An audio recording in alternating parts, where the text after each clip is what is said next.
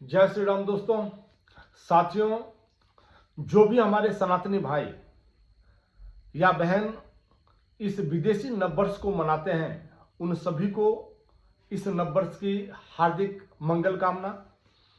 साथियों, आज मैं यहाँ पर बात करने के लिए उपस्थित हुआ हूँ उन्नाव बलात्कार केस के ऊपर। उन्नाव बलात्कार केस में जिस तरह से कुलदीप सेंगर को फंसाया गया, वह दुर्भाग्यपूर्ण स्थिति है। जो एक ऐसे नेता जो ग्राम प्रधान से लेकर के 4 बार तक विधायक रहा हो, उन्हें झूठे आरोप में फंसाकर उनके पूरे राजनीतिक जीवन को तबाह और उनके परिवार का सुख चैन, उनका जो भी प्रतिष्ठा था, उस सब का हनन किया गया इस आरोप के माध्यम से।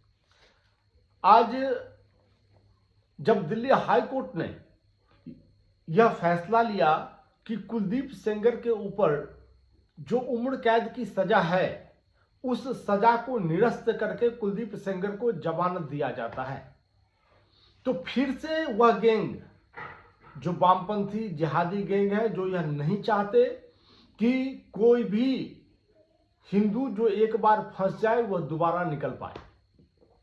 और कुलदीप सेंगर एक जिंदा व्यक्ति थे जो समाज के लिए कार्य करते थे, जो समाज के लिए सदैव तत्पर रहते थे।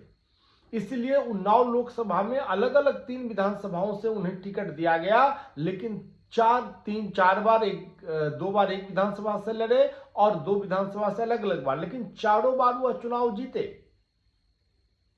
ऐसे अगर एक बलात्कारी इस तरह से जनता के बीच में लोकप्रिय नहीं हो सकता था। पार्टियां चेंज हुई, कभी बसपा, कभी सपा, कभी भाजपा, लेकिन जीत दर्ज उन्होंने किया। और ग्राम प्रधान से लेकर के विधायक तक के लंबे सफर पर एक भी दाग कुलदीप सेंगर के ऊपर नहीं लगा इस तरह का, जो उन्होंने किसी लड़की के साथ बलात्कार किया हो या किसी के साथ छेड़खानी किया हो। जो इस तरह इस प्रवृत्ति के लोग होते हैं वह छुपते नहीं है, उनका यह काम सिलसिलेवार चलता रहता। अगर कुलदीप सेंगर के ऊपर भी 3, 4, 5 आरोप पहले से लगे होते तो सभी लोगों को विश्वास होता है कि कुलदीप सेंगर ने इस बलात्कार की घटना को अंजाम दिया होगा। लेकिन जिस तरह से सरकमस्टांसेस घटित हुई, वह अपने आप में हास्यास्पद है। और यह चीख चीख करके बता रहा है कि यह सभी घटनाक्रम और यह जो आरोप लगाया गया, यह बिल्कुल फेक आरोप है और इसमें कहीं कोई दम नहीं है। साथियों, 4 जून 2017 को एक 17 वर्षीय लड़की कुलदीप सेंगर के आवास पर आती है काम मांगने के लिए। और वह काम मांगने के लिए आती है, वहां उसके साथ क्या हुआ नहीं हुआ वो तो प्रत्यक्षदर्शी जो वहां होंगे वही बताएंगे। लेकिन ऐसा नहीं माना जा सकता कि अपने परिवार के बीच में बैठ करके कुलदीप सेंगर एक लड़की के साथ बलात्कार किया हो, जिनकी खुद की 2 बेटी, जवान बेटी हैं, वो इस तरह के कृत्य को अंजाम देंगे, मुझे नागवार गुजरता है। चलो एक बार अगर इस घटना पर हम विश्वास कर भी लें, लड़की के बात पर विश्वास कर भी लें, जो इस तरह की घटना को अंजाम कुलदीप सेंगर ने दिया, तो 4 जून का मामला है। आप जाकर के 5 जून को थाना में अपने निवेदन देते। 5 जून के अगर के थाना में अगर आपकी बात नहीं मानी जाती तो आगे जाकर के निवेदन देते और कहीं आगे जाते। लेकिन कम से कम आप मीडिया ट्रायल के पास वह एप्लीकेशन तो पेश करते, जो हमने यह निवेदन थाना में दिया, हमने यह निवेदन थाना से वरिष्ठ अधिकारी को दिया, हमने यह निवेदन मुख्यमंत्री आवास को दिया, लेकिन किसी ने मेरी सुनवाई नहीं की।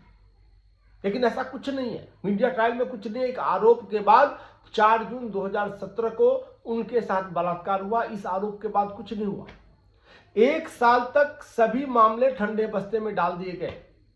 आरोप यह है कि लड़की साल भर तक दर बदर भटकती रही, लेकिन किसी ने उसका नहीं सुना। तो फिर भाई कौन सा ऐसा मसीहा आ गया जो आपको 11 जुलाई 2018 को यह बता दिया कि आप मामले को सीधे सीबीआई को दे दिया। और सीबीआई उस समय में कांग्रेस की सरकार थी केंद्र में। सीबीआई के पास जैसे ही मामला आता है कि सीबीआई आनन फानन में, जैसे इसी केस के लिए इंतजार में थी, आनन फानन में एफआईआर दर्ज करती है।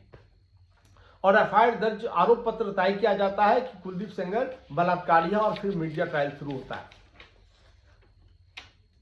षड्यंत्र का दूसरा पहलू यहां तब उजागर होता है जब एक आरोप पत्र जब 11 जुलाई को सीबीआई के द्वारा दर्ज किया गया और उसमें लड़की का बयान है कि सिर्फ कुलदीप सेंगर ने हमारे साथ बलात्कार किया, तो फिर किसके कहने पर 13 जुलाई को दूसरा आरोप पत्र तय किया जाता है। मतलब एक साधारण परिवार जिसका थाना नहीं सुना, जिसका एक पुलिस नहीं सुना, उसका सीबीआई बिल्कुल सुन रहा है। सीबीआई उसके इशारे पर काम कर रहा है। 11 जुलाई को दिया जो कि कुलदीप सेंगर ने हमारे साथ बलात्कार किया, और 13 जुलाई को देता है कि कुलदीप सेंगर का भाई, उसके 3 पुलिसकर्मी और उसके 5 अन्य सहयोगियों सभी ने मिलकर हमारे साथ। भैया बड़ी विचित्र है। अगर आपके साथ इस तरह की दुर्घटना घटित हुई होती तो कोई पोस्टमार्टम रिपोर्ट आप पेश करते, जिस पोस्टमार्टम रिपोर्ट में ये ऐसे 10 लोगों का पुष्टि हो रहा है। ना तो कोई पोस्टमार्टम रिपोर्ट है, ना तो कुछ है, ना तो थाना में कोई कंप्लेन दिया हुआ है। एफआईआर दर्ज करना ना करना प्रशासन का काम था, लेकिन कंप्लेन देना तो आपका काम था। आप कंप्लेन तो दिखाते पूरे मीडिया ट्रायल में, जो कि हमने कंप्लेन दिया, लेकिन आपने कंप्लेन भी नहीं दिया। 1 साल के बाद आपकी तंद्रा खुली कि कुलदीप सेंगर ने हमारे साथ बलात्कार किया, और उसको मीडिया ट्रायल देकर के वामपंथी और जिहादियों का जो गैंग है, उस गैंग के द्वारा हवा देकर के कुलदीप सेंगर को जेल में डाल दिया। और आज जब 8 साल के बाद हाई कोर्ट ने यह अनुभव किया कि कुलदीप सेंगर को गलत फंसाया गया है और हाई कोर्ट ने उनकी सजा को निरस्त करते हुए उन्हें जमानत दिया, तो फिर से वह गैंग सक्रिय हो गया।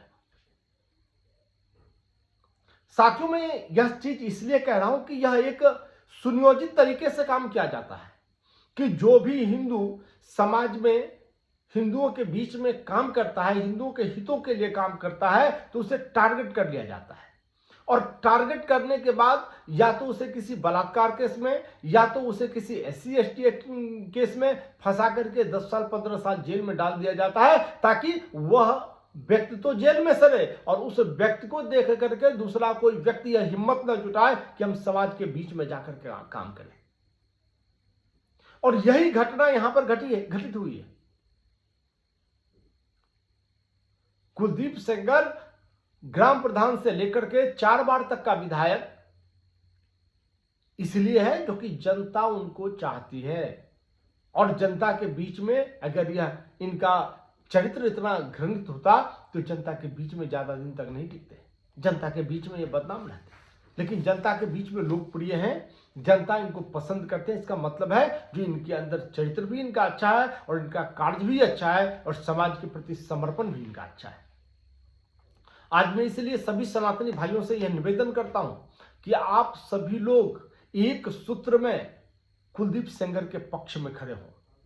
आपको मालूम होगा कि इस तरह के झूठे आरोप में स्वामी जयेंद्रानंद सरस्वती जी को, शंकराचार्य जी को फंसाया गया था। इसी तरह के झूठे आरोप में आसाराम बापू को फंसाया गया। तो इसलिए इस गैंग का एक मकसद है कि जो भी सनातन के लिए, जो भी हिंदुत्व के लिए काम करता है, उसको किसी न किसी रूप में फंसाया जाए। इनका पूरा कॉकस है। लेकिन चीफ जस्टिस सूर्यकांत जी जब से पदभार ग्रहण किए हैं, न्याय के प्रति लोगों का विश्वास जगा है, और इसी विश्वास के माध्यम से मैं मुख्य न्यायाधीश महोदय से निवेदन करना चाहता हूं कि एक लड़की सुकन्या का भी बलात्कार हुआ था 2006 में। मामला इतना दबा दिया गया, जज से लेकर के सभी लोगों को रातों रात बदल दिया गया। फैसला आया, जिस बीएसपी MLA ने,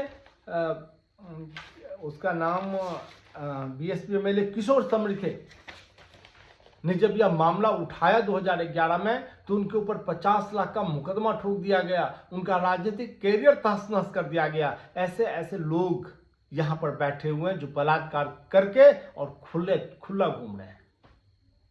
निर्भया का मामला भी लोगों के जहन से गया नहीं होगा। 5 आरोपी तय किए गए थे।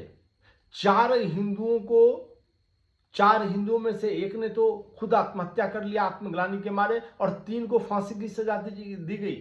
लेकिन जो मुख्य अभियुक्त था मोहम्मद अफरोज, उसको चंद दिन का नाबालिग घोषित करके बाइज्जत बरी कर दिया गया। साथियों, यह एक षड्यंत्र हिंदुओं के विरुद्ध है। इसे हम सभी लोगों को समझना होगा।